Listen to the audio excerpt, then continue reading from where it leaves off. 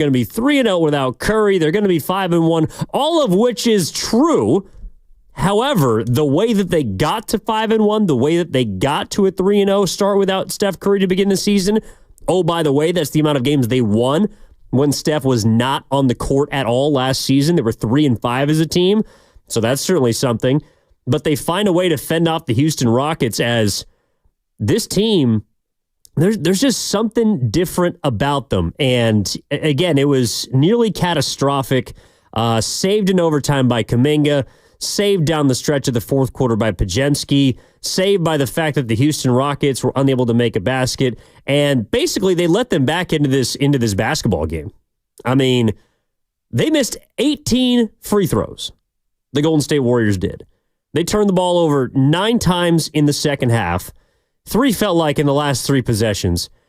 And Draymond Green might have had the biggest gap, well, not the biggest gap of his career, but one of them certainly, by with 15 seconds left, throwing the ball to the other team and then inexplicably committing his 6th foul to foul out and put the Rockets at the free throw line to tie the basketball game. The Warriors, even after they let the Rockets back into this game, not once, not twice, 3 times, even then, they were able to separate at the end of the fourth quarter. They led by 6 points with 95 seconds left. They led by 6 points with 55 seconds left. And the Rockets still somehow forced overtime, and the Warriors still somehow pulled this game out. It was an unreal 48, and then I would say, 53 minutes in this overtime victory for the Dubs, because they do deserve to be 5-1, and they certainly do deserve to be in a place in which they're looking up and seeing them being better than this Houston team. They were better than them for the entire night, up until, I would say, about 10 minutes left in the fourth quarter. A 22-3 run by the Houston Rockets from down the stretch of the third into the, I would say, first 4 minutes of the fourth quarter. You know, this was the game that the Warriors absolutely had in hand. They shot the crap out of the basketball in the first half. And I kind of put together a laundry list of things that got lost, and also a laundry list of who got bailed out in this basketball game by the Dubs. But I do want to hear from you at 888-957-9570. Evan Giddings with you on Warriors Wrap-Up here on 95.7 The Game, because it's a Saturday night. I appreciate everybody that has tuned in, that's watched this basketball game, that is keeping up with what's going on with the Warriors, and what turned in and was as advertised, in my opinion, as the best basketball game on the slate tonight. There was a lot of kind of weaker matchups. Milwaukee-Cleveland was somewhat of a sexy matchup, but Golden State and Houston, in my opinion, was the best matchup, and that's not biased because the Golden State Warriors are, right now, I think the most interesting team in basketball. Without Steph, and with this 12-man group that they're trying to kind of cobble together, but they're missing some pieces. How's it going to fit? They got young guys. Kuminga doesn't have the contract that he wants. Podziemski is now the de facto point guard. Draymond Green is coming off arguably one of his worst seasons. He's been playing great basketball up until apparently 15 seconds left in this game. And the Warriors as a team are shooting the crap out of it with players. As replacing Klay Thompson, they've actually taken a step up in regards to three-point shooting. So, how do we look at this game, right? The 415 already chiming in on the Comcast Business text line, and I'm 100% with you. They lose this game the last 2 seasons for sure. And that's why, you know, if we're going to separate this into the good, the bad, and the ugly, we do have to start with the good.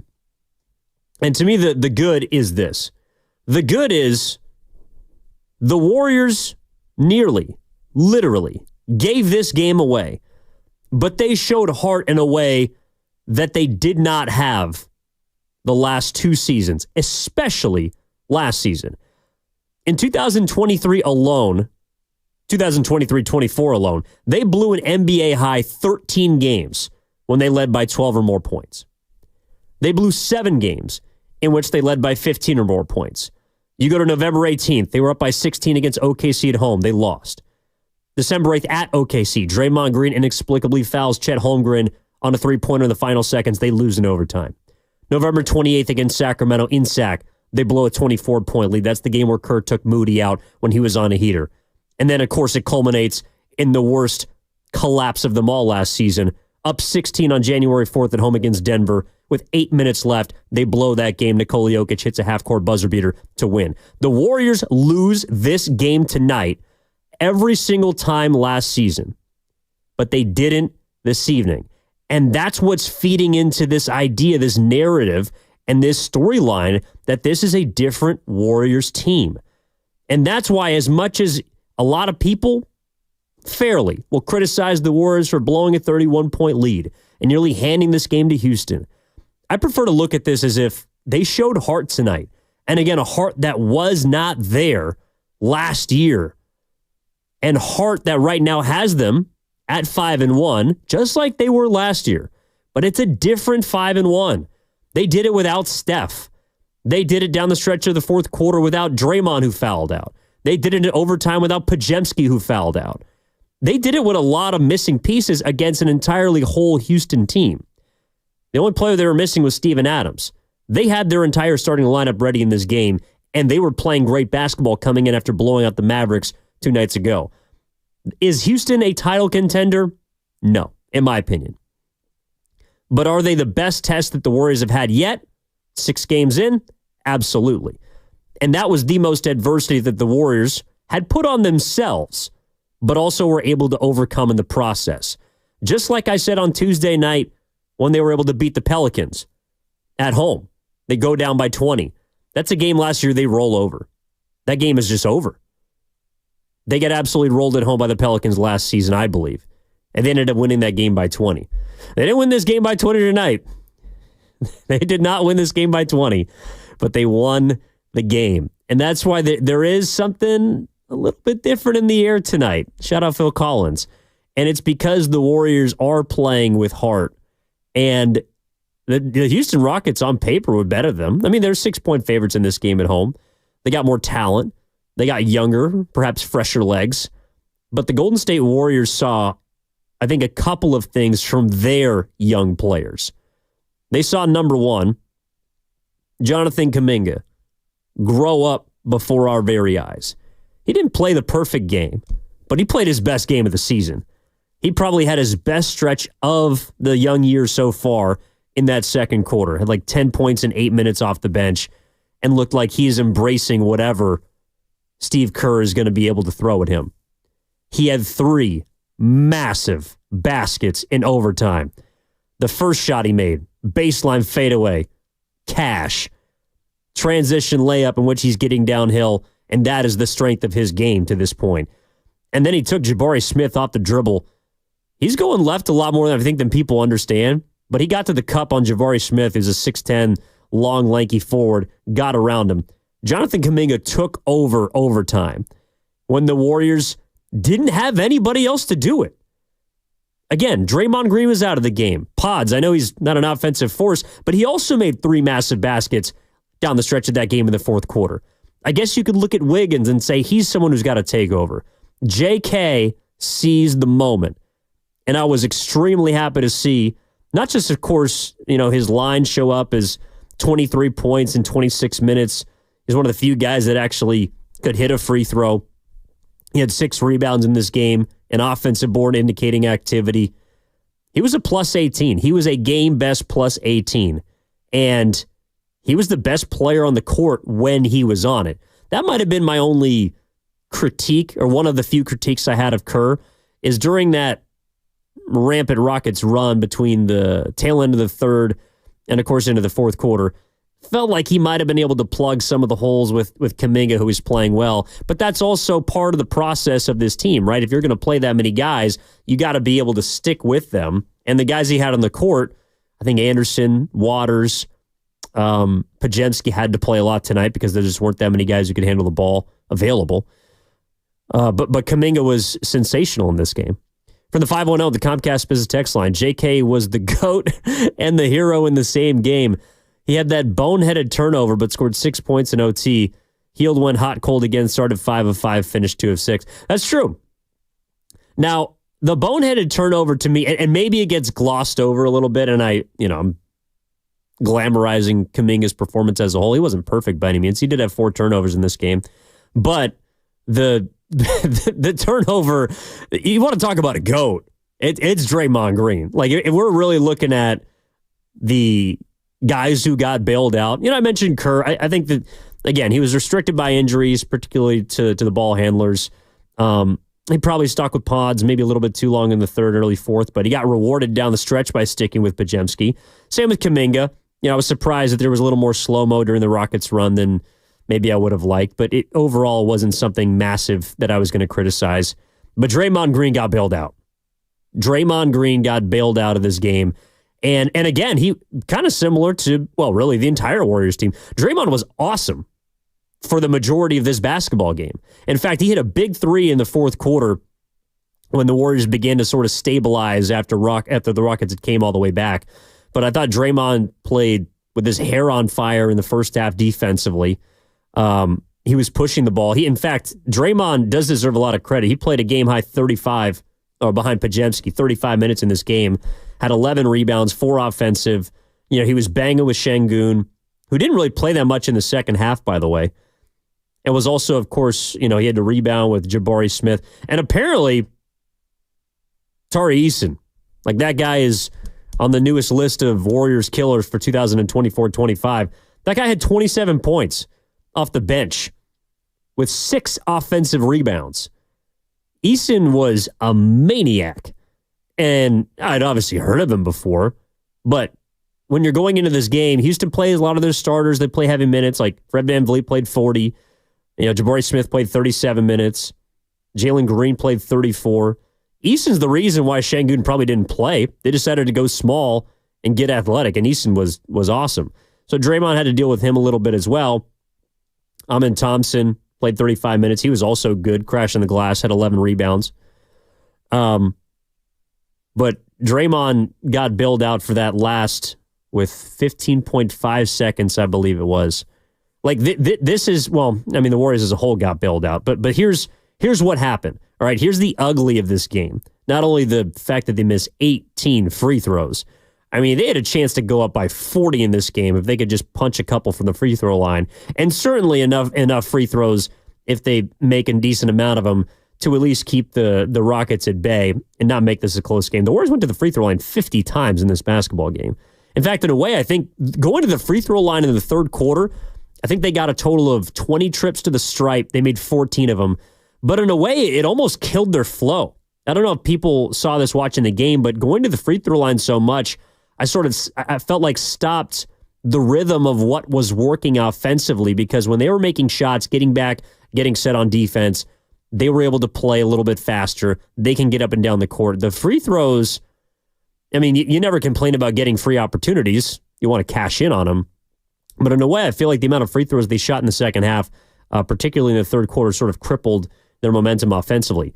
But 118-112, 52 seconds left. The Warriors are still up. After all this, after the 31-point blown lead, after the Houston Rockets take the lead, after it looks like the Warriors are going to blow this, just like they did all of last season, they go up by 6. It was after Pods hit the fadeaway jump shot over Jabari Smith. It was 6'10", not an easy shot. At the end of the shot clock was the third of Pods' big baskets in that fourth quarter. They go up by 6. 52 seconds left. Gary Payton fouls Fred VanVleet. 2 free throws, makes it a 3-point game. And then the Warriors, Draymond Green, misses 2 free throws. Somehow gets an offensive rebound. Kicks it out to Pods. Goes to the free throw line. Splits. They're up by 4. Okay. All we need to do, get to the perimeter, prevent the 3. Boom. Quick 3, Jabari Smith. Makes it a 2-point game. All right, geez. All right, I'm rolling my eyes. There's no way that they can give this game up. Just hit 2 free throws. This game is over. Draymond Green with 15.5 throws it over Andrew Wiggins into the backcourt. And then as the Rockets come screaming down into the front court, into the paint, Draymond Green commits his 6th foul. And at that point, probably like many people, and like 7 different times I thought the Warriors were going to win this game. At 7 different times I thought they were going to lose this game. At that point, I didn't think they were going to lose, but I could not believe how they had the big collapse that they did. By the way, 31 points would have been tied for the 5th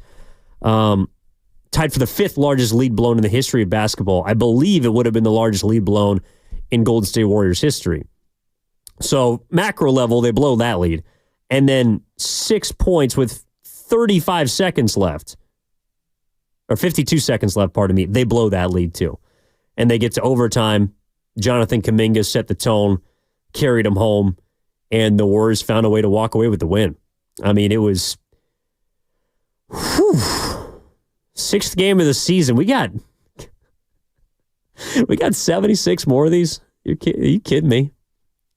After Washington, we got Boston, Cleveland, OKC. Oh, there's a lot of Warriors basketball left, and I, for one, am hooked. I was hooked before this game, but now I feel like a crack fiend. 888-957-9570 is the number. If you're like myself and you didn't know what to make of that basketball game for the most of it, jump on and let's try and break this thing down right now. How are you feeling after the win? Are you feeling tense? Are you feeling anxious? Are you feeling happy? Are you feeling like this means that it's a different team, that they can turn the corner? How are you feeling right now? 888-957-9570. This is from the 408 of the Comcast Business Text Line. Kerr got bailed out. His system is amazing, but his inability to realize players' strengths and weaknesses and make adjustments based on his perception of these concepts is questionable at best. From the same number, there was way too much use of pods when it was clear the Rockets were using a strategy of physicality and youth against us. So I do agree. Like, pods played 38 minutes tonight. It was one of the reasons why in our Take It to the Bank prediction brought to you by Fremont Bank during Warriors Live, I felt like pods was pretty much a lock for his overs, right? And in this game, he ended up with 12 points, 6 assists, 5 rebounds, and I think 6 of those points came in the fourth quarter, so he barely scraped by. But, and the other lock was Kevon Looney playing over 21 minutes. He was helped by overtime, but he would have played 15 plus anyways, so take those two to the bank.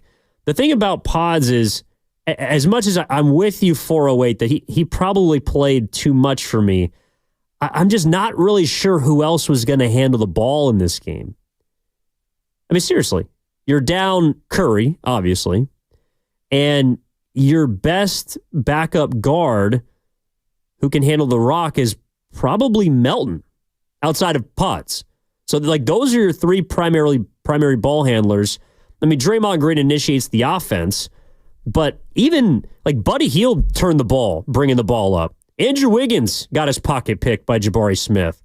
Jonathan Kuminga had a turnover down the stretch. Draymond Green nearly threw the game away. Like, as much as I do agree that there was probably too much Podziemski for me, I don't really know where Kerr was supposed to go. So as far as realizing strength and weaknesses and making adjustments, I agree that there weren't many adjustments made, but I'm not really sure what the adjustment was. Like, who are you going to play at the point? Slow-mo? Or are you going to put Draymond there? You know, I'm not sure how many guys can just bring the ball up. And to his credit, you know, Pods had a couple of really nice plays when the Warriors needed him to basically bail him out. Like, I did not feel at all like Podziemski, when he had to take a couple of those Rockets defenders off the bounce, was going to, A, get to the cup, 2, get a shot off, and 3, actually make the shot, and he did all 3 of those things. So, I mean, to me, I was impressed by what I saw down the stretch because he made some big baskets. From the 650, the Comcast Business Text Line. Most frustrating win ever. But on the other hand, the Warriors lose that game last year. Again, I completely agree. And for those that are sort of filing in on YouTube here, again, welcome to Warriors Wrap-Up after the Warriors defeat the Houston Rockets in overtime, 127-121. Evan Giddings with you here on Warriors Wrap-Up. A game that was a bit frustrating, a game that was fun, a game that was unnecessary, perhaps, but a game that results in a win. The Warriors are 5-1. They remain second in the West behind Oklahoma City, who's actually playing right now. I guess technically the Warriors could be tied for top in the West at the end of tonight, although I doubt that the Thunder are going to end up losing the game that they're currently locked into right now against the Los Angeles Clippers. They are down. But the Warriors are 5-1. And again, it's not just like they were 5-1 last year. But I'm telling you that it is different. Does that mean that the Warriors are going to go on to an 18-2 start like they did 3 years ago and win a championship? I have reservations. I have large reservations for 12. Shout out depth. But the thing about the Warriors this season is they've done it now 3 times without Steph. The Rockets were not a playoff team last year. The New Orleans Pelicans were a play-in team. Were in the top 6 last year, if memory serves. But, no, they were a play-in team. That's right. They lost to the Lakers. So, but still, so they've played now 2 borderline play-in teams without Curry, and they've beat them 3 times. Pelicans twice, Rockets once tonight. And I don't know whether it makes you feel good about the dominance that they displayed in the first half, because a lot of it was on the back of the three-point shot. Like, they shot the crap out of the ball. I thought it was, again, Kuminga's best half of the season. He had his head down. He was moving. He was taking advantage of mismatches. More importantly for me, in addition to all those things that we know he can do, he was also rebounding and he was defending. I'll get some more on JK in a moment, because I do think that there was something that got him going. Buddy Hield shot, again, the crap out of the basketball. 5 of 5 in the first half, hit his first 4 threes, and the ball was moving. You can always look at the box score, and I think it kind of confirms what your eye is seeing.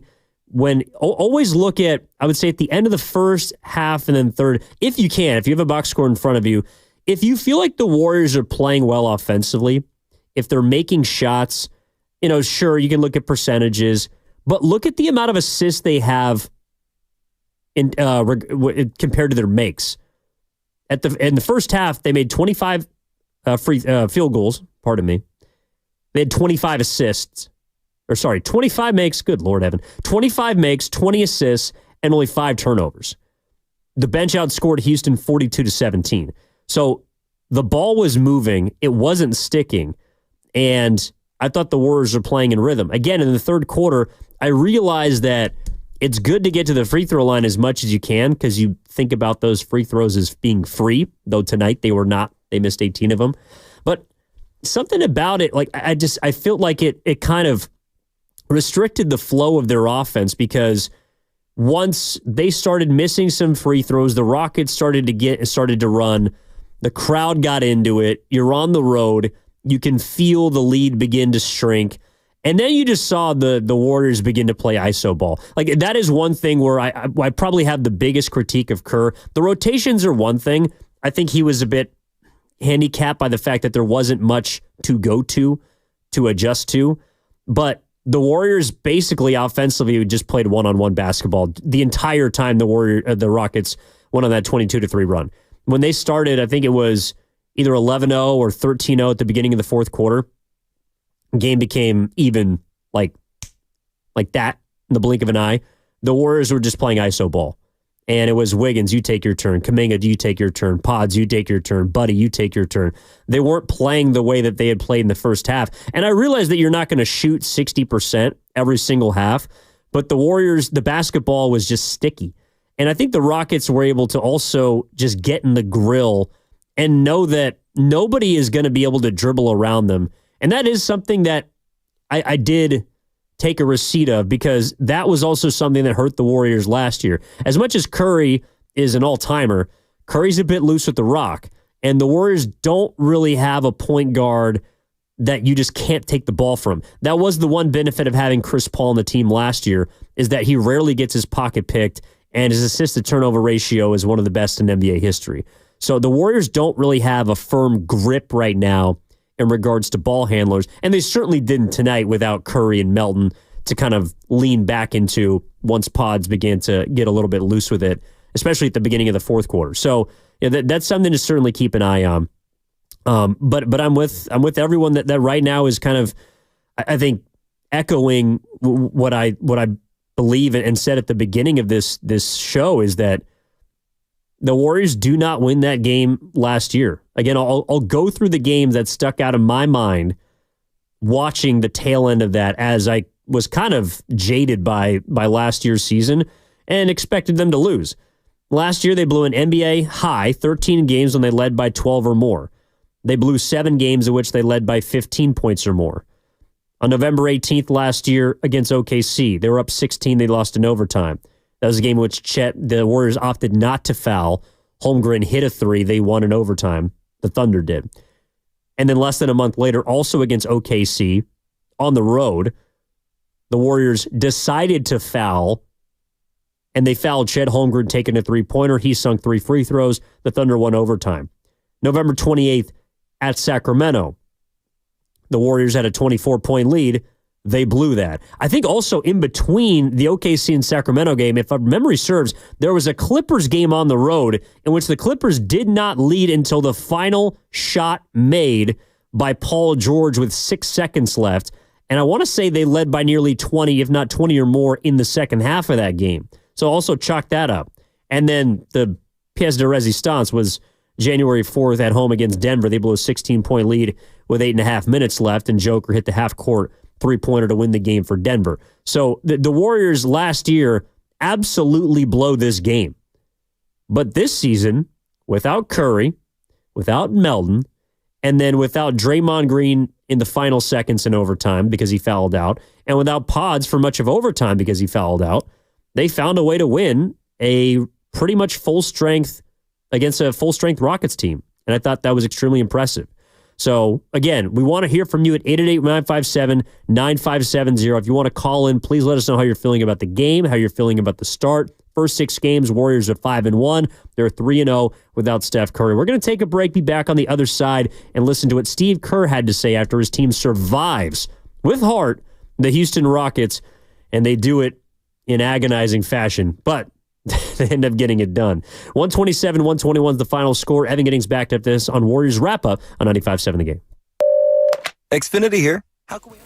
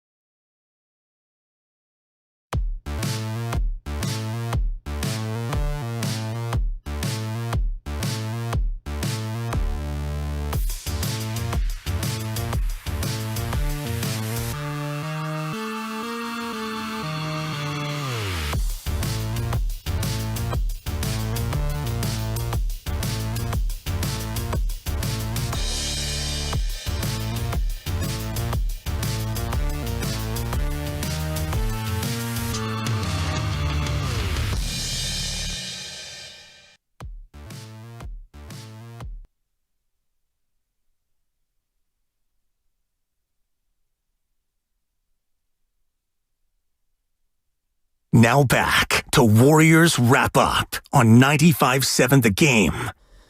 Yeah, Buddy Hield was on a heater. Pretty representative of the first half for the Golden State Warriors. They couldn't miss. Buddy Hield was perfect in the first half. 5 of 5 from the floor, 4 of 4 from downtown. Looked like the Warriors were about to cakewalk their way to a win at the Toyota Center. I sent out several text messages that the Rockets are rolling over and this team's got nothing, and the Warriors. Yeah, I was talking mess at half, and pretty much had to eat my words at about the 8-minute and 30-minute mark, the 8:30 mark of the fourth quarter, when the Rockets not only tied it, they ended up taking the lead after being down by 31 points as the Golden State Warriors survive in Houston by a final score of 127-121 in OT. This is Warriors Wrap-Up on 95.7 The Game. Appreciate everybody chiming in on the Comcast Business text line. This is from the 408. A very unexpected win, but needed. Yeah, I mean, the result, the last, 8 minutes going back into regulation were probably unexpected. I think because people expected the Warriors, once they fell apart, to lose. But they rallied, and they rallied without Curry, and they rallied without Melton. They rallied at the end in overtime without Draymond. They rallied throughout some of overtime without Podziemski. They rallied, and they found a way to beat Houston, I thought, with a win that represented the heart of this team more so than anything else. From the 707, not only do they not win that game last season, but they begin to fall apart much sooner and much uglier. You can almost feel the mistakes coming before they were made. Shout out Skills and Vallejo. Yeah, I'm kind of with you. Now, the way that they fell apart was reminiscent of last season. You know, that felt a lot like, you know, the 24-point meltdown against the Kings last season, or the 20-point second-half lead against the Clippers last season, or the last 8.5 minutes against the Nuggets last season at home when they blew a 16-point lead. You know, I thought that Steve Kerr probably got bailed out a little bit in this game. I thought Draymond Green certainly got bailed out in this game. The whole team got bailed out in this game. And actually, that's kind of my larger takeaway from this, and we can dig into individuals in a moment. But if this is a team in the most blunt definition, because they're 5-1, I think, because of what they've done as a group. There hasn't really been an individual, although Buddy Hield, to his credit, has now been the leading scorer for the Warriors in 5 of his first 6 games in a Dubs uniform. I don't think there's been an individual that has won them the game by himself. It has been a group effort that blew the doors off of 2 bad teams in Portland and Utah. It was a group effort that came from behind down 20 against New Orleans. And it was a group effort defensively that limited the Pelicans on Wednesday night, and they ran away with that game. This would have been a group and team collapse of a catastrophic level if they had lost this basketball game, because it was a team effort to get them to the point where they're up by 31 points. There were certainly some better players than others, but as a whole, the Warriors have proven that their depth, I think, is for real. And they've proved that through the first 6 games by being able to get leads like tonight. And then now showing us that even when they've blown them, being able to still fight and find a way to pick up a win. It was an ugly win. I mean, there was lipstick on this pig tonight, but it's still a pig, and they still won the game. So again, let's open up the phone lines. 888-957-9570 is the number. Evan Giddings with you on Warriors Wrap Up. Also, shout out to Chris O'Connell working hard back here in the studio alongside Cameron Williams, our Warriors Network coordinator. Cam, if we could go to Steel Toe in San Mateo. Let's talk to Steel Toe about the Warriors dub tonight. What's up, my man? How are you? All right, Evans. Thank you. Yeah, I'm really impressed how the Warriors were able to keep attacking the basket and getting to the free throw line. And late in the fourth quarter, they normally don't do that.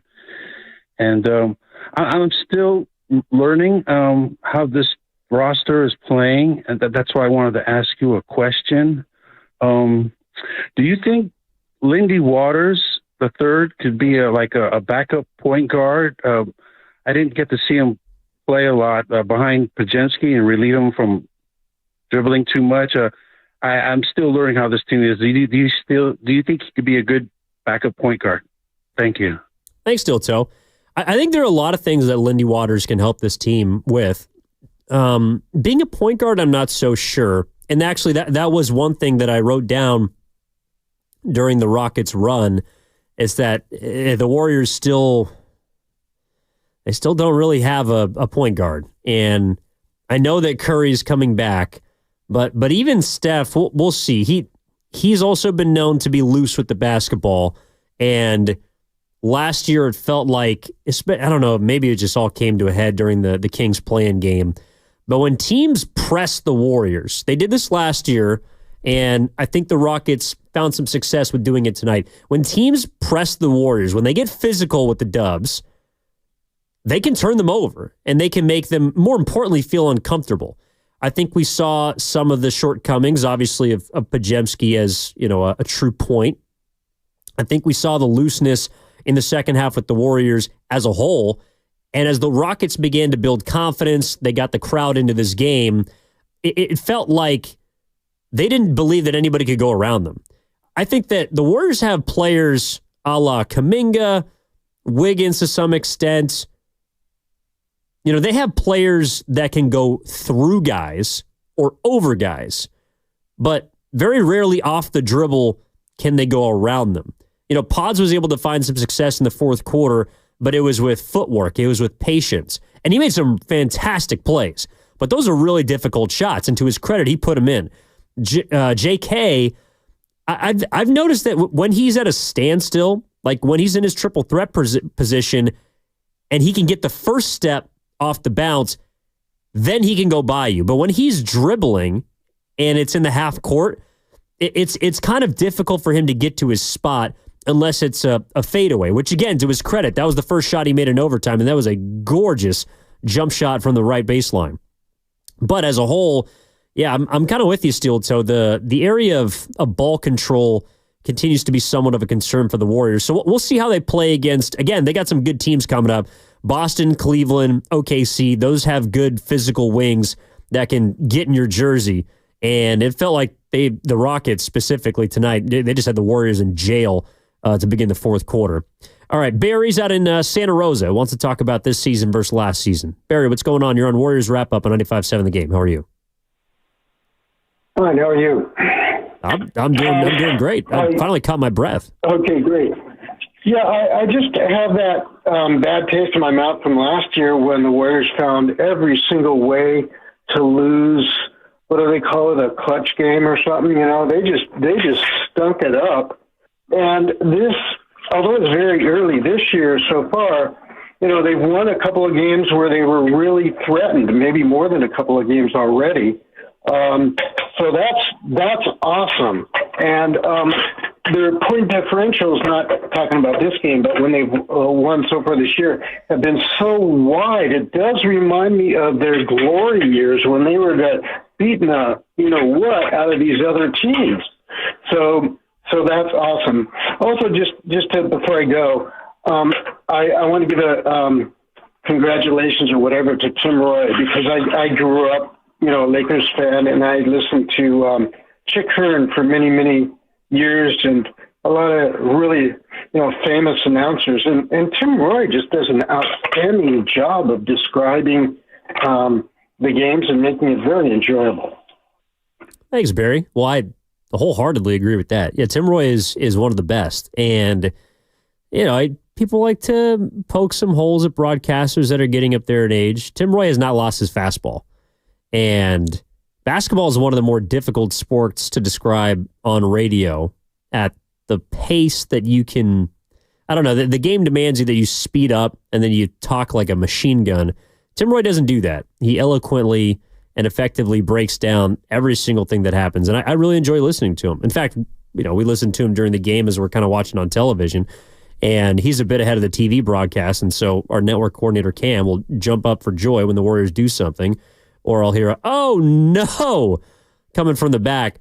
And it's because Tim Roy does such a fantastic job. So the first part about that is, yeah, I did get a little bit of PTSD and the here we go again feeling from last year.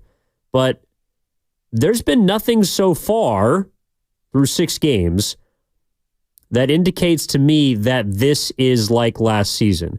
And I don't think it's just one thing. I know everybody's going to take the low-hanging fruit and myself, along with my partner today on Warriors This Week, Dan Devone, we were talking about it this morning. And for 3 hours, the conversation eventually gets into, what's going on? And, Klay's not here. Klay was kind of a dark cloud last season. Well, I think there was a lot of dark clouds last season. I think there were dark clouds, obviously, the years before, or the season before last. But for whatever reason, it just feels like this season has more of a, and the midday show, Steiny Gurus talked about this too. There seems to be just more of a clean slate with this Warriors team. And I don't know whether it's because Klay's gone. To me, it's because they've had the weight of expectation lifted off of them. No one has come into this season, whether it's nationally or locally, discussing titles, discussing championships. Now, things have been tossed around as far as urgency, and there's pressure to maximize Curry, but no one, as looking at this roster currently constructed, would tell you that it's a surefire contender. They're trying to prove, and I think the Warriors are playing with a chip on their shoulder, which indicates to me a little bit more freedom as well. They're trying to prove that they should demand our attention as contenders or as, a playoff viable team, something that they were not last year. So the clean slate is as much about maybe a piece or two being gone and removed as it is about them not feeling that anvil on their back and that bullseye from everyone expecting them to do something that's unrealistic, which is win a championship every single year. When you don't make the playoffs, that pisses players off, and Curry's not happy about it. And, there's a lot of hyperbole thrown around the Warriors, but it also means when you go into the season, you have a chance to prove people wrong because people are doubting you. And so I think they have a little added extra ammunition this season. And I don't know. Again, this was a game that last year they lose, and they did blow a 31-point lead, but they still managed to win the game. And while I also think that the NBA in general is now a league where 20-point leads are closer to 12 or 14-point leads, they're not as uncommon as you'd seen. I mean, literally last year the Warriors blew 7 or 8 15-point leads. So it's not as uncommon as you'd think, but 31 is drastic. Blowing a 31-point lead is hard to do. I mean, you got to collapse in order for that to happen. And the home caved, but they managed to do enough to save the foundations, and the foundations helped them win this game. And, kind of while we're on the subject of foundations, to me, as we get to our Crashing the Board segment, brought to you by Chilton Auto Body, the Bay Area's leader in collision repair, I thought the foundation up until about the last 20 seconds until he fouled out was Draymond Green. He tied a game high with 11 rebounds. His biggest one was probably off the missed free throws, which preceded his gaffe down the stretch. But Draymond Green played a very good basketball game for about 98% of it, and then got bailed out a little bit by what the Warriors were able to do in overtime. But Draymond Green was the foundation defensively in this game, especially on the glass against a Rockets team that just crashed with a ferocity and a relentlessness that was unrelenting in the second half specifically, and especially the fourth quarter. All right, Cam, do we have Steve Kerr? So while you listen to Steve Kerr, if you'd like to respond, 888-957-9570 is the number. If there's anything you have for me, Evan Giddings on Warriors Wrap-Up, feel free to chime in on the Comcast Business text line. You can call in. Happy to take any and all questions if you're feeling good about the game, if you're feeling stressed, if you're feeling solid about this 5-1 start. If you want to see more, I'm happy to take your calls and have a conversation with you again at 888-957-9570. But now the conversation will move to the head coach of the Golden State Warriors, Steve Kerr, who spoke after the Warriors' overtime win in Houston.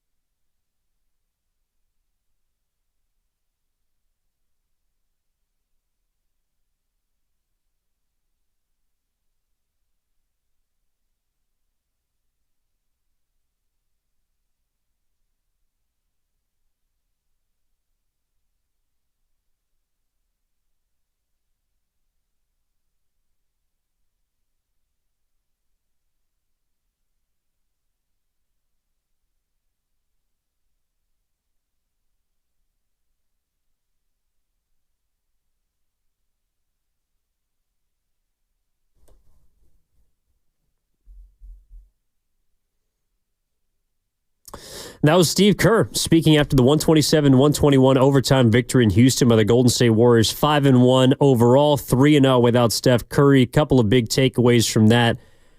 You know, about 4-minute synopsis from Kerr. I mean, the first thing that jumps out to me is, God, they were lucky to win this game. But I also think that Kerr, the way that he talks about it is, you know, it is important to win a game like this. Number one, because you want the win. Number two, you know, you don't want to collapse. But I also think that, like, this is the kind of game that it doesn't cripple a season, but it sets a bad tone for the rest of the year. Because, again, a theme of the Warriors last season was late game collapses. They led the league in losses after leading by double digits or by 12 or more. There are players on this team that were on last year's team and that know what that feels like.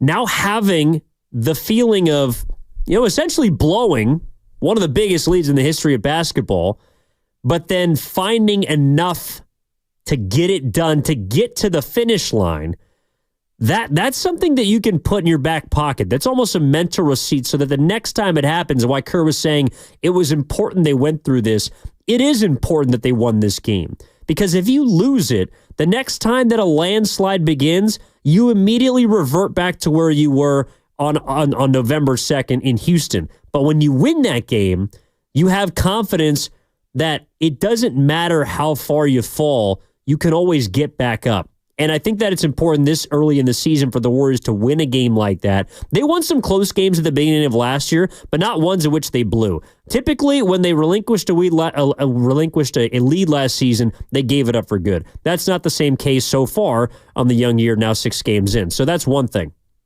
The other big takeaway I took from that was about Jonathan Kuminga. And this was a game in which we saw Jonathan grow up in front of our very eyes. He was asked to do something that was probably unfair, and that was carry the team on his back in overtime. No Curry, no Draymond, and then Pods fouls out. Wiggins, probably your prototypical go-to scorer in that situation. Kuminga, give me the rock. Scores in the baseline. Gets to the rim in transition. Finishes left-handed over Jabari Smith. 6 massive points from Jonathan Kuminga in overtime in what was a game in which I thought he showed a lot of maturity, not just because of the performance itself, in which he probably had his best game of the season, right? I mean, he had 23 points. He was a plus 18, which was a season best in 26 minutes, made 2 of 3 from 3, got to the free throw line 10 times quietly, made 7 of them, rebounded the basketball 6 times. He was active defensively. And I honestly think it's because of a couple things. Number one, we saw Jonathan Kuminga respond to what people were pounding him for, which was getting benched, or the idea of him getting benched. He was moved to the bench to try and maximize his skill set. Clearly, it's worked. He's played, as you heard from Kerr, his best 3 games after moving to the bench. That's one. The other part of this is kind of the game within the game. And I always wonder how players respond when there are individual matchups on the other side that they care about. And what I'm talking about is Jalen Green. We all know Jonathan Kuminga wanted to get paid this summer. We all know that he looked around the rest of the league and even on his own team and saw guys get contracts. He did not. One of the guys that got paid this offseason was Jalen Green. Another guy that got paid this offseason was Alperen Şengün. Both of those players were on the Houston Rockets, and both of them did not play very well. Şengün in the first half was solid. He got played off the floor in the second half. And then Jalen Green as a whole had a terrible basketball game. 2 for 13 from the floor. He was a team worst, a game worst, minus 20. Jonathan Kuminga played a better game and just frankly outplayed Jalen Green in this basketball game. And I do think that means something to JK. I think that means something to him because he's a guy who got paid. He's in his draft class, and he's somebody that Kuminga is looking at and probably saying, as competitive as he is and confident as he is, I'm better than him. And tonight, Kuminga played maybe the best game of his career, certainly the best game of the season. And the Warriors absolutely needed it to fend off a Houston team that came from behind by 31 points. So this was a game that we saw maturity from Jonathan Kuminga to be able to handle moving to the bench, responding with his 3 best games in a row, culminating in tonight, and then also sticking it to a guy from his draft class who got paid when JK didn't. I think between those two things, those two, kind of larger macro level storylines, Kuminga was incredibly impressive tonight in regards to his performance. And then, of course, Pods, I thought also kind of grew up a little bit down the stretch there. 3 massive buckets late in the fourth quarter. You heard Kerr talk about how, they might have put Draymond Green in a tough position in the inbounds. Yeah, well, that's because Pods should have put the game away. Pods should have put the game away with 52 seconds left, put him up by 6, drilling a fadeaway J over Jabari Smith, who apparently was just catching buckets left and right. The other part about this game, as we slowly wind down here on Warriors Wrap-Up, is the fact that we got encouraging news about Steph Curry. Pre-game was spotted going through his workout, and I think another part about this game that's important, and I'm kind of with you, 408, Comcast Biz text line, I want JK to have a hit list. If it means he plays like this, Kuminga can absolutely have a hit list. He just got to keep it to himself. But every single time the Warriors win, I think it buys Curry not another game, but definitely more time. The Warriors are able to be a little more careful with how they deploy Curry and when and for how much, because he didn't play a bunch even the first 2 games, but then when he got hurt, you're wondering, oh gosh, well, they're going to need him to get back as soon as possible. They've won 3 in a row since then. That equals the total number of games that they won last season when Curry did not play. They went 3-5. And in fact, the number lies a little bit because they went 1-5 to begin the first 6 absences of Curry's season. The last 2 games they won without Steph were against the Utah Jazz at the end of the season when the Jazz were tanking. So the Warriors could not survive a single game last year, virtually, that Curry did not play in. This year, their first 3 tests, they have gotten A's. Well, tonight might be an A-, but you get the drift. They're 3-0 when they haven't had Curry this year, and they're probably not going to have him, I think, on Monday. Might as well just save him and try and get him back at 100% to get him ready for Boston on Wednesday, because then you get a gauntlet. You get Boston, then on Friday you get Cleveland. Then on Sunday, you get OKC. That said, I was worried the discussion tonight was going to be the Warriors will need Curry in any and all late-game situations, but they proved that maybe they don't. Against the big boys, absolutely. But tonight against Houston, they were able to fend off the Rockets without Curry. So, overall, again, I think this Warriors win was one that they almost gave away. They showed heart. It's a game they don't win last year. Saw Kuminga grow up before our very eyes. As a whole, the young guys taking steps on stepping up with voids left. Encouraging news about Curry from pregame. Sure, they missed 18 free throws. Sure, they blew a 6-point lead with 52 seconds left. Sure, Buddy Hield 27 points, now the 5th time in his first 6 games as a dub. They just led the team in points, gets a little bit lost. But that's all because they won the game. You get to wipe it and paint the blank canvas however you so choose when the Warriors win. And 5 times out of 6, we've gotten to paint it with a positive brush. That'll do it here for us at 95.7 The Game. This was Warriors Wrap-Up. A big thank you to everybody that has chimed in, that called in. We appreciate and love all the conversation here all night long. Thank you for spending part of your Saturday night with us. If you got a party to get to, be safe. Don't drink and drive. A big thank you to Chris O'Connell, who's in the back right now, still chopping up sound for us. A very busy night here in the studio. Big thank you, as always, to our network coordinator for every single game, Cameron Williams, who's been here since 9 a.m., actually before 9 a.m., Cam, I think like 8 a.m. You are an absolute soldier. And big thank you to, again, all of our listeners out there. My name is Evan Giddings saying so long as you've been listening to this edition of Warriors Wrap-Up, where one last time, the Warriors survived the Houston Rockets, 127-121 in overtime. 5-1. We'll talk to you on Monday on 95.7 The Game. Valvoline Instant Oil Change.